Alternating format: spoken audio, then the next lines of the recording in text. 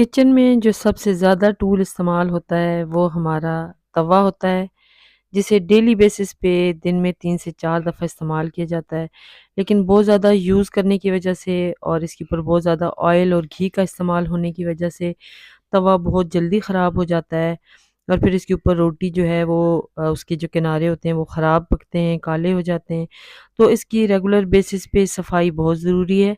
आज मैं आपके साथ बहुत ही सिंपल टिप्स के साथ जो है ना शेयर करूँगी कि किस तरह से आप घर में तवे को बिल्कुल नीट एंड क्लीन कर सकते हैं और जस्ट आपको 5 मिनट लगेंगे और तवा आपका साफ़ हो जाएगा। तो यहाँ पे तवे को मैंने रख दिया है चूल्हे पे और उसको मैंने 5 मिनट के लिए हाई फ्लेम के ऊपर गरम होने दिया है।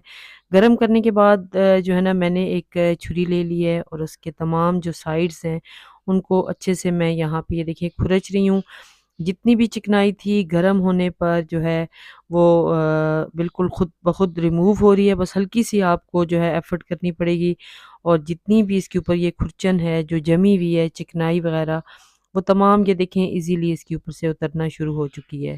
तो जस्ट 5 मिनट आपके लगेंगे और ये तमाम खुरचन इसके ऊपर आपने जो है ना इस तरह से खुरच-खुरच के इकट्ठी कर लेनी है। आप छुरी से भी ये काम कर सकते हैं और कोई और आपके पास इस तरह का कटर टाइप चीज़ हो तो उससे भी आप ये काम बआसानी कर सकते हैं।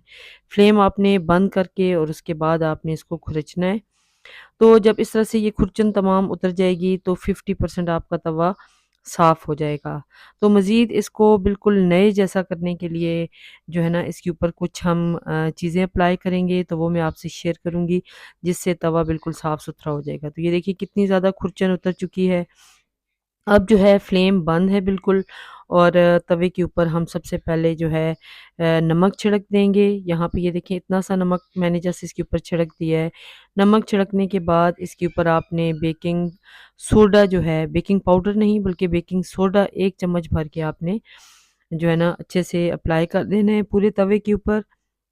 और नेक्स्ट आपने जो है ना यहाँ पे ले लेना है विनेगर यानी कि सफ़ेद सिरका और तकरीबन 3 से 4 टेबलस्पून आपने सिरका इसके ऊपर अप्लाई करना है। तो ये देखें सिरका अप्लाई करने के बाद इसके ऊपर कुछ बबल्स बने हैं और उसके बाद जो है ना यहाँ पे ये देखें मैं यहाँ पे एक टिश्यू लेके इसे अच्छे से तमाम तवे के ऊपर अप्लाई कर रही हूँ ताकि जो है ना ये अपना एक्शन आप यहाँ पे दिखाए।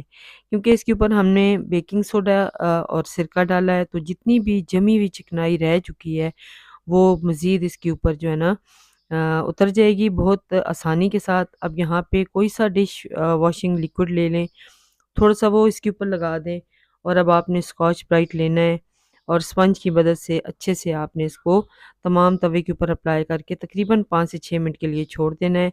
फिर आपने इसके ऊपर थोड़ा-सा पानी डालना है और आपने इसको मज़ीद इस तरह से स्कॉच ब्राइट की मदद से अच्छे से रगड़-रगड़ के साफ़ करना है।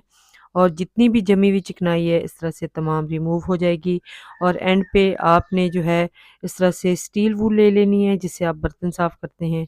उसके ऊपर कोई सा भी जो डिश वॉशिंग के लिए आप चीज़ यूज़ करते हैं वो लगा लें और अच्छे से इसको 2 से 3 मिनट मज़ीद इसको साफ़ करें।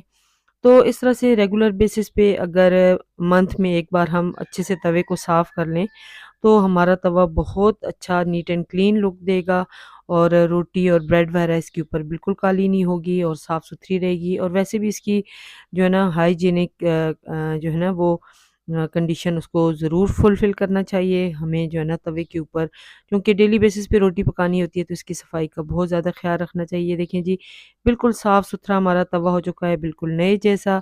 तो इस टिप को ज़रूर ट्राई कीजिएगा। अल्लाह हाफ़िज़।